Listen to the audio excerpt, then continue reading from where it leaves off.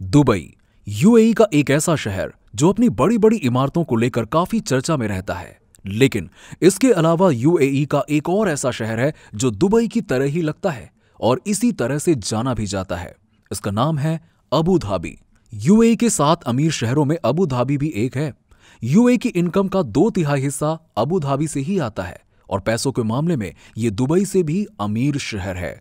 तो चलिए बिना किसी देरी के शुरू करते हैं और जानते हैं आज का हमारा topic, how engineer made impossible tower in Abu Dhabi. लेकिन आपने हमारे चैनल अर्थ इनसाइड टीवी हिंदी को अब तक सब्सक्राइब नहीं किया है तो सब्सक्राइब कर लीजिए।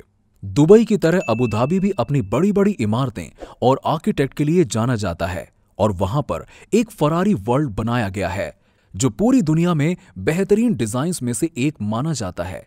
ऐसा ही बहुत कुछ अबू धाबी में है जिसे देखने के लिए लोग पूरी दुनिया से यहां पर आते हैं।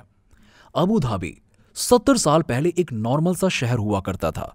वहां पर दूर दूर तक रेत के अलावा कुछ भी दिखाई नहीं देता था। अबू धाबी एक ऐसा शहर था जहां पर बहुत गर्मी होती थी। यहां का टेम्परेचर 50 डिग्री सेल्सियस तक पहुंच जाता है। लेकिन एक समय था जब सभी देशों में कंपटीशन था कि कौन यूनिक और सबसे अलग बिल्डिंग बनाएगा। अबू धाबी ने 2007 में इसके बारे में विचार किया। अबू धाबी में दुनिया का सबसे बड़ा सोलर सिटी प्रोजेक्ट है। यहां पर कैपिटल गेट के नाम से एक बिल्डिंग तैयार की गई जिसमें इंजीनियर्स और आर्किटेक्ट का पूरा दिमाग लगाकर इसे तैयार किया गया। आइए अब बात करते हैं अबू धाबी के कैपिटल गेट के बारे में। कैपिटल गेट एक ऐसी बिल्डिंग जिसको बनाना इम्पॉसिबल था, लेकिन इंजीनियर्स ने इसको भी पॉसिबल बना दिया। कैपिटल गेट, जिसे अबू धाबी के लीनिंग टावर के रूप में जाना जाता है, यह बिल्डिंग 160 मीटर से भी अधिक लंबी और 35 मंजिला ऊंची है। कैपिटल गेट शहर की सबसे यूनिक इमारतों में से एक है और इसे 18 डिग्री पश्चिम की ओर झुकाव देकर डिजाइन किया गया।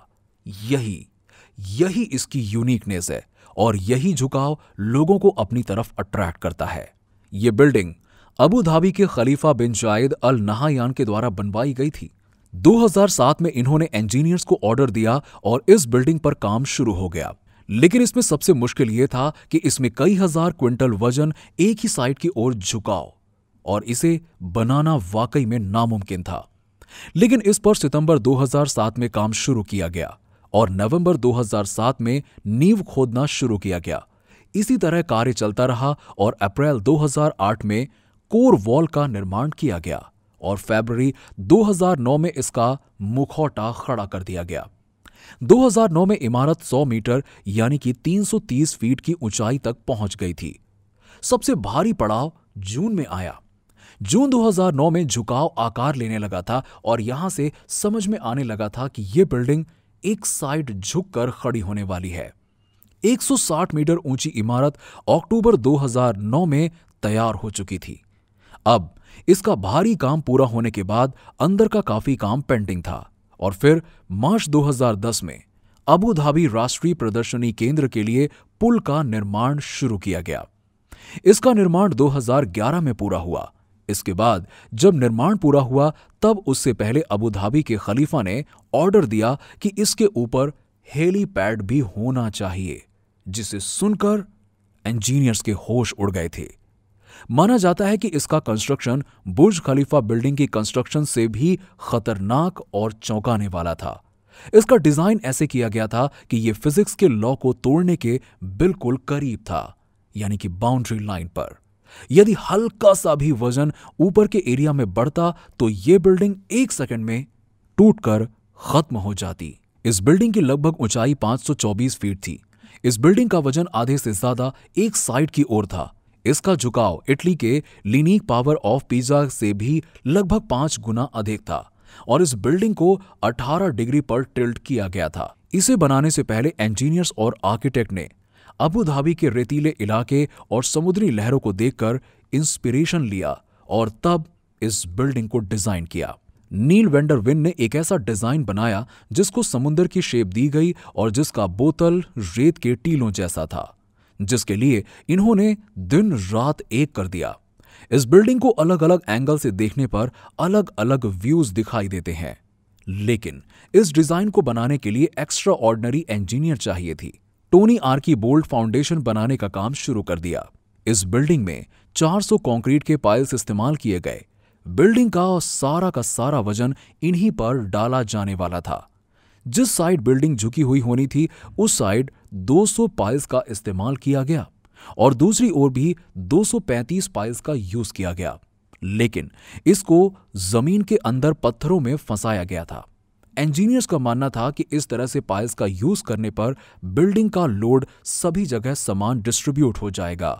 इसको बनाने का काम चल ही रहा था कि वहां के खलीफा ने डेडलाइन जारी कर दी, क्योंकि 2 साल बाद वहां पर फ्यूचर एनर्जी समिट होनी थी और इसीलिए खलीफा चाहते थे कि यह बिल्डिंग इससे पहले कंप्लीट हो जाए। अब इंजीनियर्स के पास केवल 24 महीने ही बचे थे। नॉर्मल बिल्डिंग में जो कोर यूज होते हैं वो सीधे होते हैं, लेकिन इस बिल्डिंग में जो कोर यूज हुआ था वो कर्व शेप में था, जिससे बिल्डिंग गिरने का डर बहुत कम हो जाता है। इसको बनाने में 2 करोड़ 15 लाख किलो स्टील का यूज किया गया और 3 करोड़ 60 लाख किलो का सीमेंट और कंक्रीट का यूज किया गया।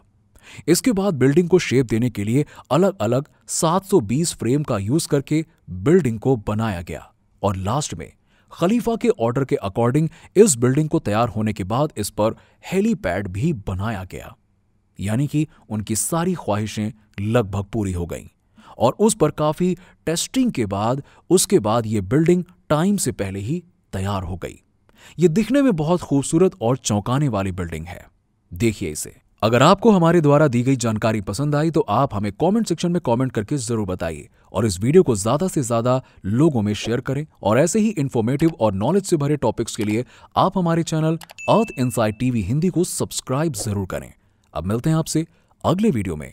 Thanks for watching.